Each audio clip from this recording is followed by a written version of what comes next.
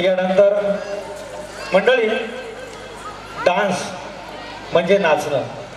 प्रत्येक माणसाला, प्रत्येक माणूस कधी ना कधी नाचत असतो. आयुष्यात एकदा तरी माणूस नाचत असतो, नव्हे माणूस रोज नाचत असतो.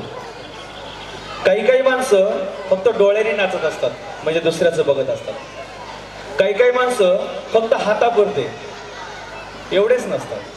काही काही माणसं फक्त पायापुरते, त्यांचं अंग हलत नसतं. पण प्रत्येक माणूस प्रत्येकाच्या आवडीचं गाणं, नवे नवे जर गणपतीची आरती लागली ना तरी आपण नाचतो. त्याचा एक रिदम असतो आणि तो रिदम आपल्या हातांनी, आपल्या संपूर्ण सर्वांगाने कुठून ना कुठून तो बाहेर पडत असतो. तो रिदम म्हणजे डान्स. आणि असंच डान्सचं गाण्याचे बोल आहेत नचले नचले. आणि हे गाणं घेऊन येत आहेत LKGचे student Anandi, Arya, Yashashri.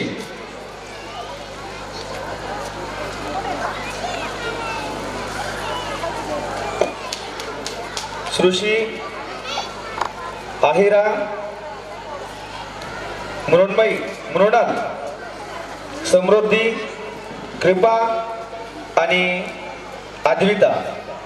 Class teacher आहे सोनाली राठी मॅडम आणि ज्योतिरी तांदळे मॅडम.